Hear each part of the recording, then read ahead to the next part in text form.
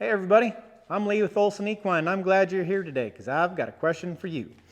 Have you ever been getting ready for a big event? You've put a lot of time into it, your horse is ready, you're ready, everything is good to go, and you show up on the day and boom, it happens. You have lost a shoe. What to do now, right? So check out this article I just wrote called, What Does It Take to Tack on a Shoe? When your horse loses a shoe, it's kind of like having a tire blowout. Not a big deal if you have the tools and you know how to fix it, but what if you don't know how to tack a shoe on? You might consider going without the shoe, but that seems questionable.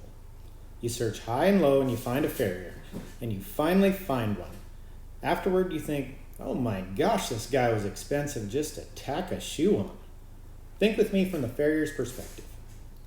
It would seem simple and that there wouldn't be any liability, but believe me, there is. The farrier will need to unload expensive tools and set them up all for just one shoe. Tweak around on a wrecked shoe that came off and then add his or her name to someone else's job. Let's say the shoe is the wrong size or doesn't fit correctly. Now what? Make it work? Would you be happy with that? What would you do in your everyday work? What if the trim was way off? Will you fix one foot and leave the other feet at different lengths? What if the foot is broken up with nothing to nail to? Yep, you guessed it. You're now the moron that hot nailed the horse. All a farrier really has is one's reputation. It's more important than any certification or title, so you can't blame them for not wanting to risk that over the price of just tacking shoes on. That's why it's so hard to find show farriers willing to hang out all day just to fix lost shoes. Years ago, I was shoeing at a trainer's place and a new guy lost a shoe.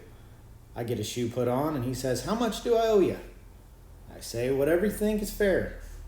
He hands me a crisp $5 bill.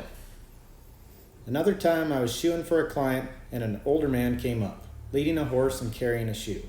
He tells me he needs his shoe tacked on and asks what I would charge him. I say, $40. He said, "What? I have the shoe. How about 20?" I said, "No sir, it'll still be $40. He walks off, then he comes back with a $20 bill. "Will you please tack this shoe on? It'll be simple. It just takes some nails and I'll pay you $20. He was a friendly guy, so I said, "Sure, I'll do it." It was not simple at all. Worse yet, I didn't even want to be associated with the result. Unless they have shod the horse originally, most farriers will charge you around 20 to 40% of their full shoeing price. It takes a lot of knowledge just to tack a shoe on. Anytime you're paying someone in the service business, you're paying for what they know, not what they did. I say that if you can't do it yourself and you find a farrier willing to get your lost shoe back on, don't complain about the price. Instead, give them a tip for saving the day and thank them for getting you back in the arena. God bless America, and you make sure you have a great day.